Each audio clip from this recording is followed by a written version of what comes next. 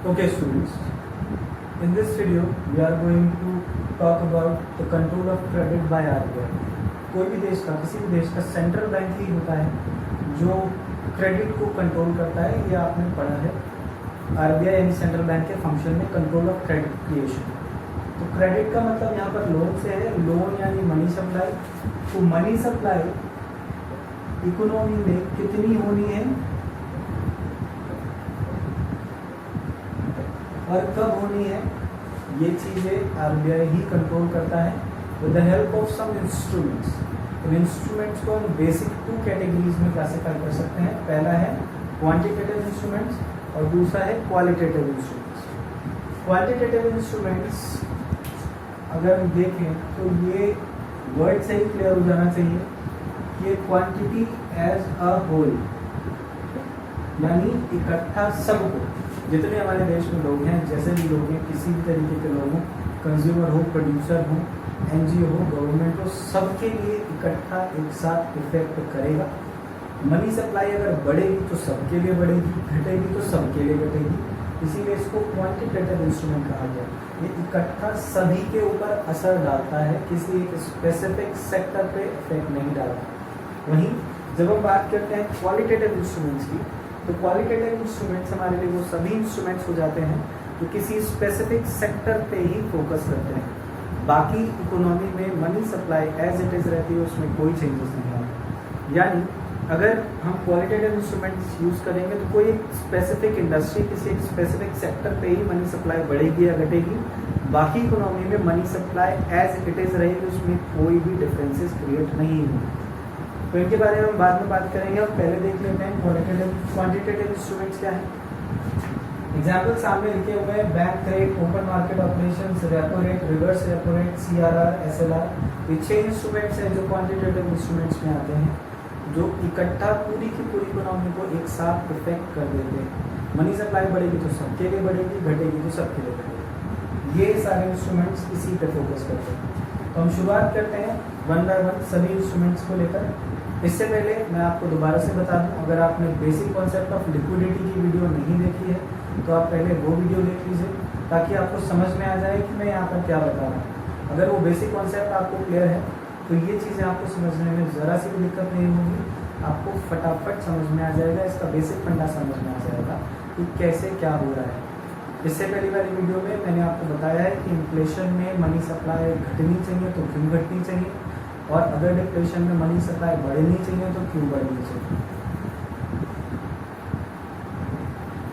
Okay students, now we are going to discuss about the very first instrument of quantitative instruments, that is bank rate. तो जानने वाले हैं इसमें आगे कि कैसे बैंक रेट यूज किया जाता है आरबीआई की तरफ से, कैसे आरबीआई यूज करेगा इसको मनी सप्लाई घटाने या बढ़ाने के लिए।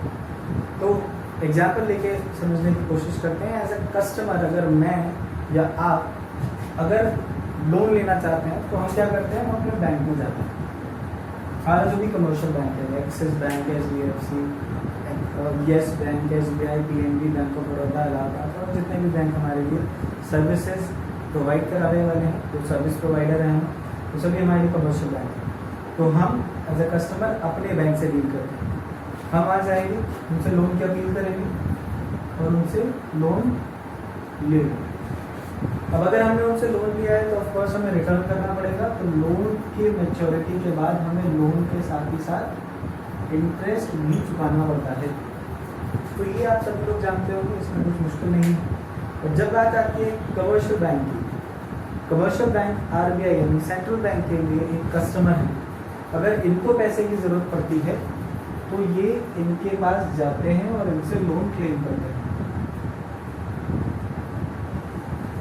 आपने इससे पहली वक्त की वीडियोस में फंक्शंस ऑफ सेंट्रल बैंक यानी आरबीआई के में पढ़ा था, जाना था कि lenders of the last resort होता है central bank. Lenders of the last resort में आपने जाना था कि एकदम लास्ट में जब कोई हेल्प नहीं करता तब सेंट्रल बैंक कमर्शियल बैंक की हेल्प करता है कैश क्रंचेस के टाइम पे। जब इस कमर्शियल बैंक के पास पैसे नहीं होते और कस्टमर्स आ जाते हैं पैसा निकालने, कोई बैंक अगर हेल्प नहीं करता तो आरबीआई हेल्प करता है। तो ऐसे टाइम पर आरबीआई को लोन प्रोवाइड कर देता है और साथ ही साथ उसके बदले में लोन के साथ, लोन अमाउंट के साथ इंटरेस्ट चार्ज करता है, क्योंकि ये इनके लिए एक बैंक है। तो बैंक है, लोन दे रहा है तो आपसे इंटरेस्ट तो लेगा ही। ये जो इंटरेस्ट रेट आरबीआई चार्ज करता है कमर्शियल बैंक से, इसी को हम बैंक रेट बोल देते हैं। ध्यान रखिए, शॉर्ट टर्म क्रेडिट सप्लाई के लिए कमर्शियल बैंक आरबीआई के पास जाता है, उनसे लोन क्लेम करता है। जैसे ही पैसा आ जाएगा कमर्शियल बैंक लोन के साथ इंटरेस्ट रेट भरेगा और वापस कर देगा। तो जो इंटरेस्ट रेट आरबीआई चार्ज करता है कमर्शियल बैंक से, ये बैंक रेट कहलाता है। ये बैंक रेट, जो इंटरेस्ट रेट है, ये टोटली डिपेंड करता है उस इंटरेस्ट रेट पे जो कमर्शियल बैंक कस्टमर से चार्ज कर रहा है। एग्जाम्पल के तौर पे, अगर कमर्शियल बैंक कस्टमर से 5% इंटरेस्ट चार्ज कर रहा है, तो आरबीआई कोशिश करेगा कि अपनी इंटरेस्ट रेट को, यानी बैंक रेट को लगभग इतना रखे कि ये लोग प्रॉफिट में रह जाएं। मतलब ये कि अगर ये 5% इंटरेस्ट ले रहे हैं तो ये 4% ही लेंगे। दैट मीन्स 1% का फायदा कमर्शियल बैंक के पास रह जाए। ये जो डिफरेंस है ज़रूरी नहीं है 1% का ही हो, ये बढ़ भी सकता है और घट भी सकता है। ये 0.5% भी हो सकता है, 0.2% भी हो सकता है, 1.5%, 2% और 3% तक भी पहुंच सकता है। ये टोटली डिपेंड करता है हमारे सेंट्रल बैंक पे कि वो किस तरीके से लिक्विडिटी मेंटेन करना चाहते हैं, किस तरीके से मनी सप्लाई इकट्ठा सॉल्व करना चाहते हैं, स्टेबल रखना चाहते हैं। तो अब यहाँ पर समझने वाली बात ये कि अगर इकोनॉमी में इन्फ्लेशन की कंडीशन है, अगर हमारी इकोनॉमी में इन्फ्लेशन की कंडीशन है, तो आरबीआई ऐसे टाइम पर क्या करता है, बैंक रेट को बढ़ा देता है। अगर बैंक रेट बढ़ा देगा आरबीआई तो होगा क्या कि कमर्शियल बैंक आरबीआई से लोन लेने में डरेगा, क्योंकि रेट ऑफ इंटरेस्ट बढ़ गया। एग्जाम्पल के तौर पे 4% था, अब आरबीआई कहे कि हम तो आपसे 10% इंटरेस्ट चार्ज करेंगे, लोन लेना है तो लीजिए वरना कोई बात नहीं। तो अगर 10%, 4% से 10% कर दिया जाएगा तो कमर्शियल बैंक ये समझता है कि अगर 10% इनसे हम इनको इंटरेस्ट भरेंगे तो इनसे कम से कम 11% तो लेना बनता है। 11% पे कस्टमर हमसे लोन नहीं लेगा, क्योंकि उसके लिए बहुत ज़्यादा इंटरेस्ट रेट है। तो अगर ये लोन लेगा ही नहीं तो हम यहाँ से लोन क्यों लें, मनी सप्लाई क्यों बढ़ाएं। तो कमर्शियल बैंक इनसे लोन लेना बंद कर देता है, मनी सप्लाई कमर्शियल बैंक के पास डाउन हो जाती है। मनी सप्लाई इनके पास डाउन हो जाएगी तो ये आगे लोन सप्लाई नहीं करेंगे और इकोनॉमी में मनी सप्लाई अपने आप कम हो जाएगी, जो इन्फ्लेशन की कंडीशन को सॉल्व करने के लिए आरबीआई को करना चाहिए। आरबीआई हमेशा कोशिश करता है इन्फ्लेशन की कंडीशन को सॉल्व करने के लिए कि मनी सप्लाई डाउन हो जाए। बेसिक कॉन्सेप्ट ऑफ लिक्विडिटी में हमने जाना। वहीं अगर कंडीशन डिफ्लेशन की है तो इसी का जस्ट उल्टा, यानी बैंक रेट घटा दिए जाएंगे, यानी 10% अगर इंटरेस्ट चार्ज करता था पहले आरबीआई तो वो घटा के 4% कर देगा। तो कमर्शियल बैंक ज़्यादा से ज़्यादा लोन प्रोवाइड मतलब ले पाएंगे, ज़्यादा से ज़्यादा लोन की तरफ जाएंगे, आरबीआई से कहेंगे ज़्यादा लोन दीजिए, और इनके पास मनी सप्लाई बढ़ेगी तो ये इन्हें भी ज़्यादा लोन प्रोवाइड करेंगे। क्योंकि आरबीआई ने इंटरेस्ट रेट कम कर दिया तो ये भी थोड़ा सा इंटरेस्ट रेट कम कर सकते हैं, जिसकी वजह से ज़्यादा से ज़्यादा लोग लोन के लिए जाएंगे, लोन ज़्यादा से ज़्यादा कस्टमर कमर्शियल बैंक से मांगेंगे। तो क्योंकि बैंक रेट कम हुआ है तो कमर्शियल बैंक आरबीआई से ज़्यादा लोन लेगा और आगे सप्लाई भी ज़्यादा करेगा। That will instantly increase the money supply in the economy, और इस तरीके से डिफ्लेशन अपने आप ही सही हो जाता है। ये कंडीशन बैंक रेट को सॉल्व कर यूज़ करके डिफ्लेशन एंड इन्फ्लेशन को सॉल्व करने की है, जो आरबीआई जनरली करता है। Okay students, now in this video we are going to talk about open market operation instrument. हम जानेंगे कि ओपन मार्केट का इंस्ट्रूमेंट किस तरीके से यूज करता है आरबीआई, और इससे मनी सप्लाई बढ़ाने या घटाने की कोशिश करता है अकॉर्डिंग टू द इन्फ्लेशन और डिफ्लेशन कंडीशन। तो ओपन मार्केट ऑपरेशन में आरबीआई, मार्केट टर्म से यहाँ पर क्लियर हो जाना चाहिए कि आरबीआई यहाँ पर काम दो करने वाला है, या तो परचेजेस कुछ करेगा या कुछ सेल्स से रिलेटेड एक्टिविटी करेगा। परचेज और सेल्स से रिलेटेड जो एक्टिविटीज़ यहाँ पर आरबीआई करता है उसी को हम ओपन मार्केट ऑपरेशन की कंडीशन बोल देते हैं। अब परचेज और सेल क्या करेगा, तो हमने ये फंक्शन में पढ़ा है that RBI is banker to the government. Banker है गवर्नमेंट का। कैसे? अब ये बैंक होने का मतलब क्या है? बैंक होने का मतलब होता है कि हम एज एन एजेंट अपने कस्टमर के लिए काम करें। अगर मैं बैंक हूँ और आप मेरे पास आते हैं मेरे कस्टमर बन के, तो मेरा काम क्या है? आपको लोन प्रोवाइड करना, आपके डिपॉजिट्स एक्सेप्ट करना और आपके लिए एज एन एजेंट वर्क करना। एजेंट क्या कि अगर आपको कुछ इन्वेस्टमेंट करना है, आपको कोई अदर एक्टिविटीज़ करनी है तो मैं आपको उसमें हेल्प करूँ। ये एक बैंक का काम होता है जिसे हम प्राइमरी और सेकेंडरी फंक्शंस पर बांटते हैं। प्राइमरी फंक्शन दो ही हैं, डिपॉजिट्स एक्सेप्ट करना और लोन देना। जो प्राइमरी फंक्शन है, इसके अलावा जो आजकल बैंक आपको अलग से फंक्शंस देने लगा है, जैसे कि SMS service, internet banking, ATM card और जितनी भी एक्स्ट्रा सर्विसेज आपको देता है बैंक, इसके बदले में छोटा छोटा चार्ज करता रहता है। These are secondary functions of a bank है। हम उसी के बारे में यहाँ बात कर रहे हैं। तो being banker to the government, banker है गवर्नमेंट का RBI, तो ओपन मार्केट ऑपरेशन में एज एन एजेंट गवर्नमेंट के लिए काम करेगा। तो गवर्नमेंट काफ़ी बार मनी सप्लाई बढ़ाने या घटाने के लिए RBI से कहती है कि हमारे कुछ इंस्ट्रूमेंट्स हैं, हमारे कुछ कमर्शियल पेपर्स हैं, ट्रेजरी बिल्स हैं, बॉन्ड्स हैं, आप मार्केट में बेचिए या खरीदिए। अगर बस आपको ध्यान ये रखना है कि RBI अगर ये चीज़ें बेचेगा, जैसे कि एग्जांपल आपको दूं इसको इन कमर्शियल पेपर्स का, तो इसका बेस्ट एग्जांपल और सबसे कॉमन एग्जांपल है NSC, that is national saving certificates. तो नेशनल सेविंग सर्टिफिकेट्स एक ऐसा इंस्ट्रूमेंट है जो गवर्नमेंट RBI से कहती है आप यूज करिए और ये मार्केट में बेचिए, लोगों को बेचिए। अब लोग यानी कमर्शियल बैंक, जो क्योंकि RBI डायरेक्टली जनरल पब्लिक से डील नहीं करता, अगर RBI मार्केट में जा रहा है तो मार्केट में जाने का मतलब ये है कि RBI कमर्शियल बैंक यानी अपने लोगों से डील करेगा, जनरल पब्लिक से कभी भी सेंट्रल बैंक डील नहीं करता। तो कमर्शियल बैंक को गाइड करेंगे कि आप हमारे पास से NSCs खरीदिए। अब कोई कमर्शियल बैंक जबरदस्ती क्यों नेशनल सेविंग सर्टिफिकेट खरीदे? RBI चाहे भी तो जबरदस्ती नहीं कर सकता उनके साथ खरीदने के लिए। तो ऐसे टाइम पर RBI को लालच देता है। लालच क्या कि हमारे पास 1 लाख रुपए का नेशनल सेविंग सर्टिफिकेट है, अभी आप खरीद लीजिए, हम 5 साल बाद आपसे ये दोबारा खरीदेंगे, उसका अमाउंट हम आपको बढ़ा के दे देंगे। तो ये open market operations RBI generally करता है, लोगों को बोलता है कि आप हमसे ये काम खरीदिए, ये चीज़ें खरीदिए। अब टेम्परेरी बेसिस पे क्या होगा कि RBI ने सेल किया commercial paper national saving certificate के नाम पर किसी भी तरीके का लालच देकर। कमर्शियल बैंक इस लालच में आ जाते हैं और खरीद लेते हैं, क्योंकि उनके पास तो बस पैसा बढ़ना चाहिए, पैसे तो बढ़े, वो उनका काम ही है कि मनी को कहीं ना कहीं यूज़ करते रहो और पैसा उससे बनाते रहो। तो ये 1 लाख रुपए का national saving certificate commercial bank खरीद लेगा। खरीद लेने का मतलब क्या कि अब ये कैश अपने पास से 1 लाख उठाएंगे और RBI को डिपॉजिट कर देंगे और RBI उन्हें NSC national saving certificate issue कर देगा। हुआ क्या यहाँ पर, RBI ने जैसे ही सेल किया, कमर्शियल बैंक ने जैसे ही वो नेशनल सेविंग सर्टिफिकेट खरीदा, 1 लाख रुपए गए RBI के पास और RBI ये पैसा स्टॉक कर लेता है अपने पास। RBI अब ये पैसा चाहे तो रिलीज करे चाहे तो ना करे। ध्यान रखने वाली बात ये कि सेल RBI तभी करता है जब RBI को लिक्विडिटी कम यानी मनी सप्लाई इकोनॉमी में से घटानी होती है। मनी सप्लाई कम इकोनॉमी में से घट जाएगी जब कमर्शियल बैंक के पास ज़्यादा पैसा नहीं होगा।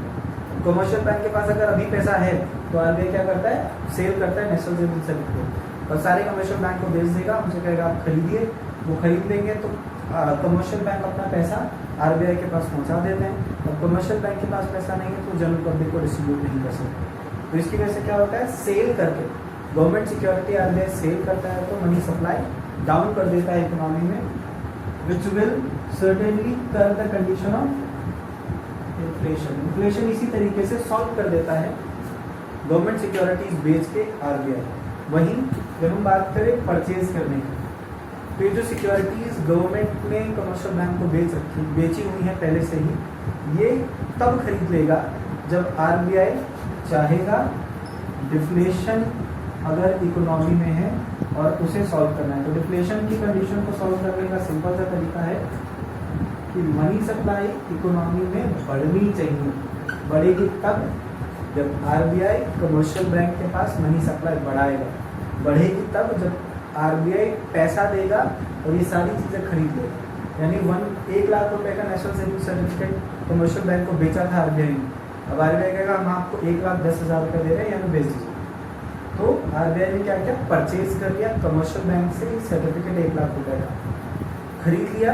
अब इसकी वजह से क्या हुआ, आरबीआई इनको पे करता है, कमर्शियल बैंक के पास पैसा पहुंचेगा तो वो आगे सप्लाई कर देंगे इकोनॉमी में by means of credit creation, loan दे देंगे वो पैसे, उस पैसे को उठा के।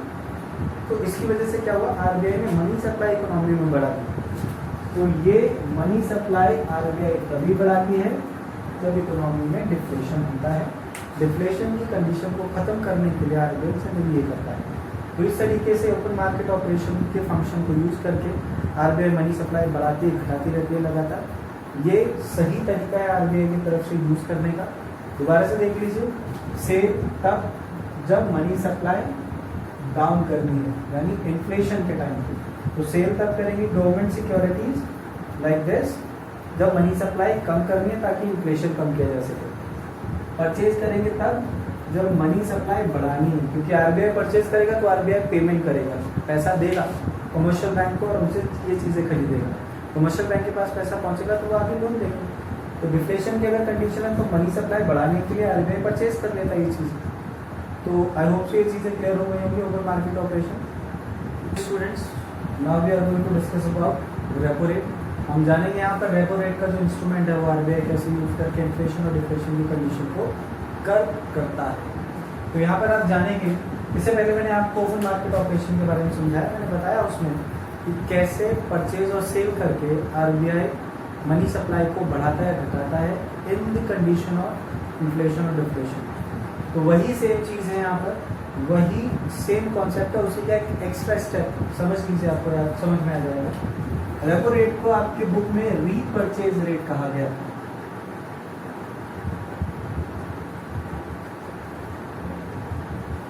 तो रीपरचेज रेट का एग्जैक्ट मतलब क्या है?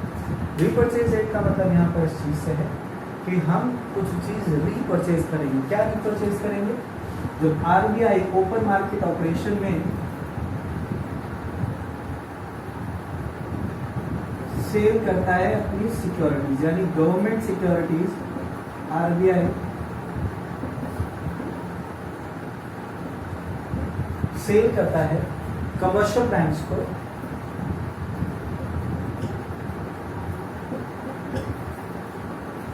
तब कमर्शियल बैंक्स को खरीदना पड़ जाता है क्योंकि उनको कुछ ऐसे ऑफर्स दे दिए जाते हैं गवर्नमेंट सिक्योरिटीज खरीदने के लिए कि इनको इसमें प्रॉफिट देखता है और ये खरीद लेते हैं।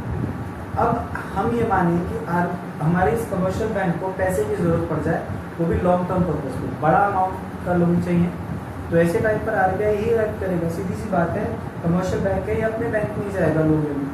तो ये अपने बैंक पे लोन लेने जा रहे हैं, बड़ा अमाउंट है, तो ऐसे टाइम पर आरबीआई इनसे कहता है कि हम आपको इतना बड़ा लोन कैसे दे दें, वो भी विदाउट सिक्योरिटी। तो मतलब ये है कि उनको कुछ ना कुछ सिक्योरिटी में इनके पास, आरबीआई के पास, अपने बैंक के पास रखवाना पड़ेगा, मॉर्टगेज करना पड़ेगा, गिरवी रखना पड़ेगा कुछ। फिर जो गिरवी रखने वाला जो सिनेरियो है, इसमें कमर्शियल बैंक यही गवर्नमेंट सिक्योरिटीज उठाता है और उन्हें दे देता है। ठीक है, आप ही की गवर्नमेंट सिक्योरिटीज हमने खरीदी थी और यही हम आपको दोबारा मॉर्टगेज कर रहे हैं। अभी के लिए हमें लोन चाहिए, आप लोन प्रोवाइड कर दीजिए। लोन अगर आप प्रोवाइड कर देते हैं तो हम आपसे ये वादा करते हैं कि ये लोन जब हम रीपे करेंगे, जब इस लोन का हम आपको पेमेंट करेंगे, तो ये सिक्योरिटीज हम रीपरचेज करेंगे। तो जब कमर्शियल बैंक अपने लोन का पेमेंट करता है तो सिक्योरिटीज दोबारा से खरीदता है। अभी सिक्योरिटी वहाँ चली गई एज अ मॉर्टगेज, तो वहाँ से वापस आ जाएंगी कमर्शियल बैंक के पास जैसे ही कमर्शियल बैंक इनको लोन प्रोवाइड करेगा। ध्यान रखने वाली बात यहाँ पर ये है कि आरबीआई का इस लोन पे जितना भी इंटरेस्ट बनता है ये इनसे कैश में नहीं लेगी, इसको किसी भी तरीके से कैश में चार्ज नहीं करती।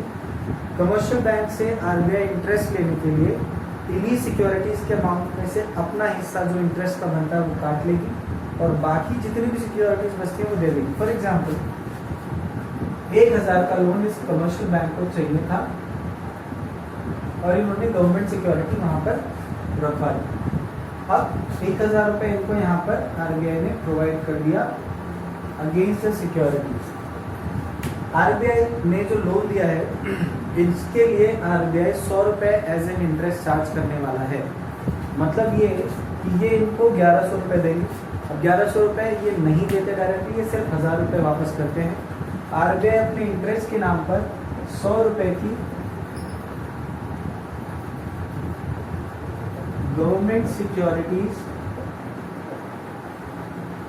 अपने पास रख लेगा और रिटर्न करेगा सिर्फ 900 रुपए की गवर्नमेंट सिक्योरिटीज, सिर्फ और सिर्फ 900 रुपीज की रिटर्न करेगा।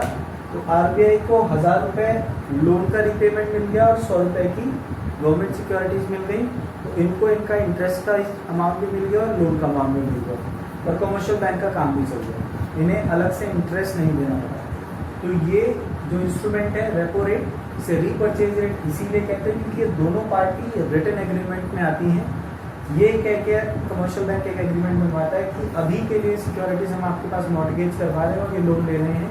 हम आपसे ये प्रॉमिस करते हैं कि ये सिक्योरिटीज हम दोबारा से आपसे खरीद लेंगे जैसे हम ये लोन वापस करेंगे। तो ये आरबीआई और कमर्शियल बैंक के बीच में अग्रीमेंट होता है।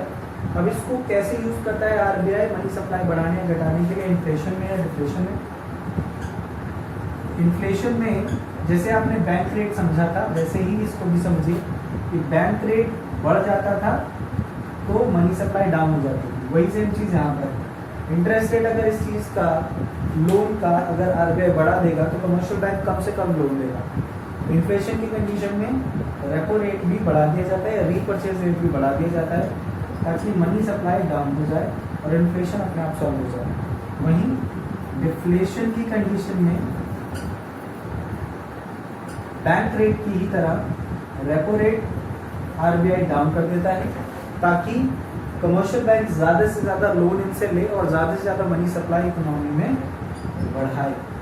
तो मनी सप्लाई इस तरीके से इकोनॉमी में बढ़ा लेते हैं और डिफ्लेशन की कंडीशन को सॉल्व कर देते हैं commercial bank. RBI repo rate को बढ़ा के घटा के इन्फ्लेशन और डिफ्लेशन की कंडीशन को इसी तरीके से सॉल्व करता है। आई होप सो ये लिक्विडिटी के कॉन्सेप्ट से आप रिलेट कर पा रहे होंगे और आपको ये चीज़ें बहुत अच्छे से समझ में आ रही होंगी। अभी भी कह रहा हूँ अगर आपको ये चीज़ें नहीं समझ में आ रही हैं तो एक बार लिक्विडिटी वाली बेसिक कॉन्सेप्ट ऑफ लिक्विडिटी वाली वीडियो एक बार देख लीजिए, आपको समझ में आ जाएगा। अब हम फोर्थ इंस्ट्रूमेंट पढ़ने वाले हैं that is reverse repo rate.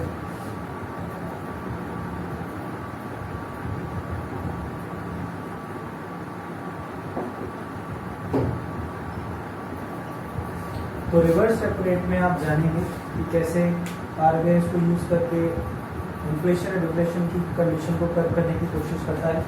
इसको समझने से पहले आप दोबारा से इस वर्ड पर फोकस करिए दैट इज रेपो रेट। मैंने थोड़ी देर पहले भी आपको रेपो रेट के बारे में बताया। रेपो रेट में आपने जाना कि कमर्शियल बैंक लोन लेने जाता है आरबीआई के पास और उसके बदले में सिक्योरिटीज रखवाता है और इंटरेस्ट पेमेंट और लोन अमाउंट जैसा भी उनका चलता है। यहाँ पर हम बात कर रहे हैं रेपो रेट के रिवर्स की। रिवर्स मतलब जस्ट उल्टा। तो जस्ट उल्टे का मतलब क्या? अब यहाँ पर आरबीआई अपनी तरफ से कमर्शियल बैंक को खुद से अप्रोच करेगा। रेपो रेट में क्या हो रहा था? कमर्शियल बैंक जा रहा था आरबीआई के पास लोन मांगने तो सिक्योरिटीज रखवा रहा था। यहाँ पर आरबीआई खुद आएगा कमर्शियल बैंक के पास और उनसे कहेगा कि ये रही हमारी गवर्नमेंट सिक्योरिटीज, आप रख लीजिए इनको और अपना सरप्लस अमाउंट हमारे पास सेविंग के नाम पर पार्क कर दीजिए। तो जैसे हम एज अ कस्टमर अपने बैंक में जाते हैं और वहाँ पर सेविंग करवाते हैं, सेविंग अकाउंट खुलवाते हैं और बैंक हमको उसके बदले में सेविंग और इंटरेस्ट ऑन सेविंग अकाउंट देता है, इंटरेस्ट का अमाउंट पे करता है जो भी सेविंग हमने करवाई उस पर। वैसे ही कमर्शियल बैंक ने जैसे ही सेविंग करवाई आरबीआई की ये जिम्मेदारी बन जाती है कि ये उनको इंटरेस्ट ऑन सेविंग प्रोवाइड करें। यही इंटरेस्ट ऑन सेविंग भी हमारे लिए रिवर्स रेपो रेट बन जाता है। यही हमारे लिए एग्जैक्टली रिवर्स रेपो रेट का काम करता है क्या देखते हैं। तो रेपो रेट में हमने देखा था कि आरबीआई कमर्शियल बैंक जा रहा था इनके पास लोन लेने और गवर्नमेंट सिक्योरिटीज रखवा रहा था, मॉर्गेज करवा रहा था और अग्रीमेंट कर रहे थे दोनों इंस्टीट्यूशन कि हम इसे रीपरचेज करेंगे। तो वहीं रेपो रेट अभी भी रीपरचेज ही है, मतलब रिवर्स रीपरचेज रेट भी आप उसको कह सकते हैं। इसमें क्या हुआ, आरबीआई आया, गवर्नमेंट सिक्योरिटीज रखवाई और सेविंग करवाया। अब आरबीआई रिटर्न एग्रीमेंट करेगा कमर्शियल बैंक के साथ कि हम आपके पास रखवा तो रहे हैं कमर्शियल सिक्योरिटीज, ये गवर्नमेंट सिक्योरिटीज, और इसके बदले में आपसे सेविंग ले रहे हैं, बट ये गवर्नमेंट सिक्योरिटीज हम आपसे रीपरचेज करेंगे, ये हम आपसे प्रॉमिस करते हैं। कब रीपरचेज होगा ये, जब आरबीआई इनको इंटरेस्ट ऑन सेविंग अकाउंट और इनके अमाउंट, जो भी सेविंग अकाउंट का अमाउंट है वो वापस कर देगा। तो कमर्शियल बैंक इनको दोबारा से इनकी गवर्नमेंट सिक्योरिटीज वापस कर देगा। आरबीआई ये सिक्योरिटीज तब ले पाएगा जब saving on interest on saving देगा कमर्शियल बैंक, इंटरेस्ट पे करेगा जब कमर्शियल बैंक को उसके सेविंग का, तभी ये गवर्नमेंट सिक्योरिटीज कमर्शियल बैंक इनको देगा। दैट मीन्स आरबीआई इंटरेस्ट पे कर रहा है ताकि गवर्नमेंट सिक्योरिटीज दोबारा से खरीद सके। तो इसे हम रीपरचेज और गवर्नमेंट सिक्योरिटीज कह सकते हैं। इसी वजह से आरबीआई ने क्या किया, गवर्नमेंट सिक्योरिटीज खरीद ली इंटरेस्ट और ऑन सेविंग अकाउंट देके। इंटरेस्ट ऑन सेविंग अकाउंट को यहाँ पर रिवर्स रेपो रेट कहा गया। अब आरबीआई रिवर्स रेपो रेट को यूज करती है इन्फ्लेशन या डिफ्लेशन में। कैसे, देख लीजिए, इन्फ्लेशन की कंडीशन है तो आरबीआई की जिम्मेदारी है कैसे भी मनी सप्लाई को कम करे, डाउन करे।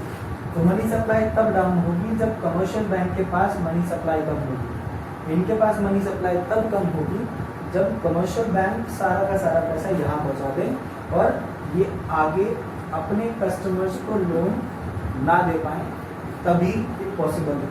तो आरबीआई क्या करता है, रिवर्स रेपो रेट का अमाउंट बढ़ा देता है।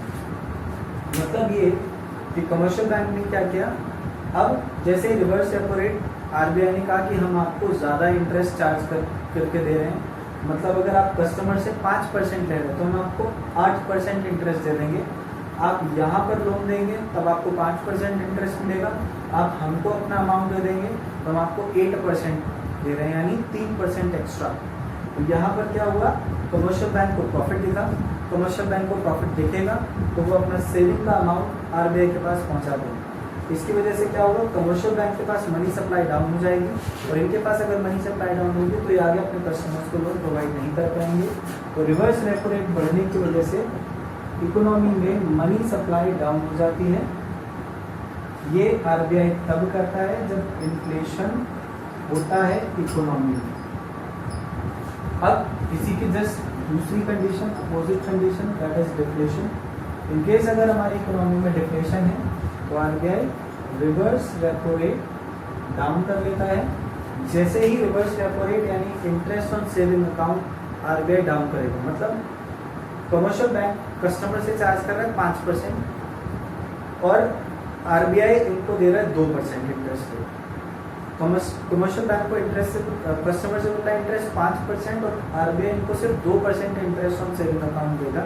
तो कमर्शियल बैंक कभी भी इनके पास पैसा अपना नहीं डिपॉजिट करवाएंगे, लोन पे दे देंगे कस्टमर्स को, क्योंकि यहाँ से ज़्यादा इंटरेस्ट रेट मिल रहा है। तो अब ऐसे टाइम पर अगर सेविंग करवाई भी होगी कमर्शियल बैंक में तो वो विड्रॉ कर लेंगे और आगे सप्लाई करेंगे। तो रिवर्स रेपो रेट कम करने से इनके पास मनी सप्लाई बढ़ेगी और ये बढ़ा देंगे आगे इकोनॉमी में money supply.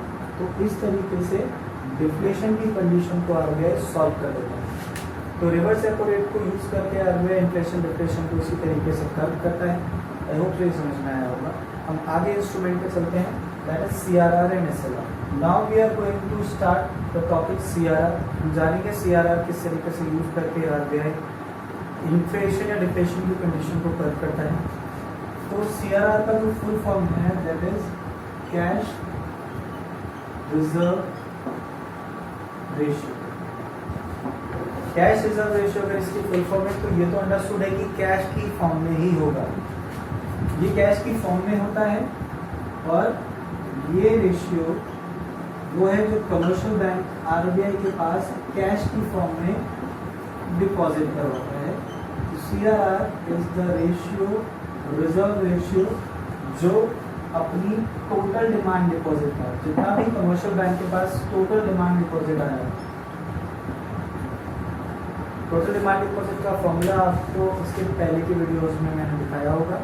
Total demand deposit is equal to total primary deposits plus total secondary deposits. तो ये टोटल डीडी का फॉर्मूला है।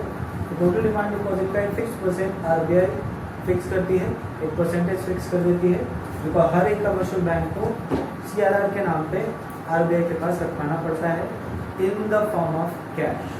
तो इसीलिए इसको कैश रिजर्व रेशियो बोला गया। आरबीआई सीआरआर को यूज करती है। सीआरआर आरबीआई बढ़ा भी सकती है और सीआरआर आरबीआई घटा भी सकती है। आरबीआई को जब जैसा लगता है कि इन्फ्लेशन हो रहा है, मनी सप्लाई आगे नहीं बढ़नी चाहिए, क्योंकि कमर्शियल बैंक के पास अगर लोन रहेगा, मनी सप्लाई रहेगी, तो ये आगे कस्टमर्स को लोन प्रोवाइड करते रहेंगे। तो आरबीआई क्या करता है, सीआरआर के अमाउंट को बढ़ा देता है और सारा ज़्यादातर पैसा अपने पास स्टॉक करा लेता है। इसकी वजह से क्या होगा, अपनी टोटल डिमांड डिपॉजिट का एक बड़ा अमाउंट कमर्शियल बैंक को आरबीआई के पास जमा करवाना पड़ जाएगा, क्योंकि कंपलसरी रिजर्व्स हैं जो कमर्शियल बैंक को मेंटेन करने ज़रूरी है। तो ये उनके पास पैसा जमा करवा देंगे अगर, तो इनके पास मनी सप्लाई कम हो जाएगी। तो मनी सप्लाई कम हो जाएगी सीआरआर बढ़ा के ही कमर्शियल बैंक के पास, और क्योंकि मनी सप्लाई कम हो जाएगी तो इन्फ्लेशन की कंडीशन अपने आप सॉल्व हो जाएगी, यानी सीआरआर इन्फ्लेशन में ही बढ़ाया जाता है। वहीं जब हम सीआरआर डाउन करने की बात करें तो सीआरआर डाउन करके क्या होता है कि कमर्शियल बैंक को अब ज़्यादा पैसा आरबीआई के पास नहीं जमा करवाना, मतलब कमर्शियल बैंक के पास मनी सप्लाई सफिशिएंट बची रहेगी। अब वो कमर्शियल बैंक आगे क्रेडिट क्रिएशन में यूज़ करेगा और मनी सप्लाई को इकोनॉमी में बढ़ा सकता है, यानी डिफ्लेशन की कंडीशन में ही आरबीआई ऐसा करवाएगा और डिफ्लेशन की कंडीशन को सॉल्व करता है। तो ये तरीका है सीआरआर को यूज़ करने का। इसी का जस्ट सेम है एसएलआर। आगे हम जानेंगे एसएलआर कैसे यूज होता है।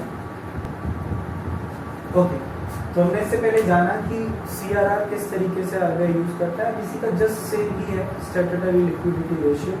तो स्टैट्यूटरी लिक्विडिटी रेशियो, इसका एब्रिविएशन है SLR. Statutory liquidity ratio word यहाँ पर ज़्यादा इंपॉर्टेंट है। लिक्विडिटी रेशियो का मतलब यहाँ पर है लिक्विड एसेट्स का की फॉर्म में रेशियो बनाना, रिजर्व बनाना। तो कमर्शियल बैंक को आरबीआई गाइड करता है कि आप अपने पास भी थोड़ा सा रिजर्व इमरजेंसी के टाइम पर बचा के रखिए।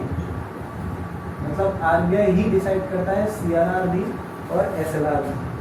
तो आरबीआई इनको सजेस्ट या गाइड करता है कि आप अपने पास यानी सेल्फ रिजर्व बनाएंगे, वो भी लिक्विड एसेट की फॉर्म में, फॉर्म ऑफ लिक्विड एसेट्स। अब लिक्विड एसेट की फॉर्म का मतलब क्या है, लिक्विड एसेट एग्जैक्टली होते क्या है? तो लिक्विड एसेट्स वो सभी एसेट्स होते हैं जो बहुत तेजी से कैश में कन्वर्ट होते हैं। बहुत तेजी से कैश में कन्वर्ट होने वाले जो एसेट्स हैं वो है कैश, क्योंकि वो ऑलरेडी कैश है। बैंक अकाउंट, बैंक में अगर सेव रखा हुआ है पैसा, इन्वेस्टमेंट्स, गोल्ड, सिल्वर, ये सारी चीज़ें ऐसी हैं जो कैश में बहुत तेज़ी से कन्वर्ट होती हैं। हम जब चाहें तब इन्हें कैश में कन्वर्ट कर सकते हैं। तो बैंक को कैश में कन्वर्ट करने वाले, बहुत तेज़ी से कन्वर्ट करने वाले कुछ भी चीज़ अपने पास एज एसएलआर मेंटेन करनी पड़ती है अपने पास। ये सेल्फ रिजर्व है। कमर्शियल बैंक को आरबीआई गाइड करती है कि आप अपने पास बचा के रखिए खुद से। तो सेल्फ रिजर्व है एसएलआर, आरबीआई गाइड करती है कि इतना आपको लिक्विड एसेट्स में बचा के रखना है। ये भी टोटल डिमांड डिपॉजिट का ही हिस्सा होता है। टोटल डिमांड डिपॉजिट में से आरबीआई कहता है कि इतने टोटल आपकी टोटल डिमांड डिपॉजिट में से इतना परसेंटेज आपके पास एसएलआर मेंटेन होना चाहिए। अब एसएलआर भी फ्लक्चुएट हो सकता है, बढ़ाया भी जा सकता है और घटाया भी जा सकता है।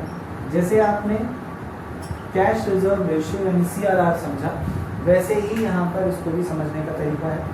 अगर आरबीआई कंपल्सरी कर देता है कि आपको ज़्यादा एसएलआर मेंटेन करना है, तो इनके पास पैसा कम बचेगा, ये ज़्यादा आगे सप्लाई नहीं कर पाएंगे। एसएलआर अगर ज़्यादा मेंटेन करना है तो कमर्शियल बैंक के पास मनी सप्लाई कम बचेगी तो इन्फ्लेशन सॉल्व। वहीं एसएलआर अगर आरबीआई कंपल्सरी कर देता है कमर्शियल बैंक के लिए कि अब आपको एसएलआर ज़्यादा मेंटेन नहीं करना, तो कमर्शियल बैंक के पास ज़्यादा मनी सप्लाई बचेगी, क्योंकि उनके पास मनी सप्लाई ज़्यादा बच रही है, तो वो आगे मनी सप्लाई इकोनॉमी में बढ़ा सकते हैं। दैट मीन्स डिफ्लेशन की कंडीशन सॉल्व। तो ये थे टोटल क्वांटिटेटिव इंस्ट्रूमेंट्स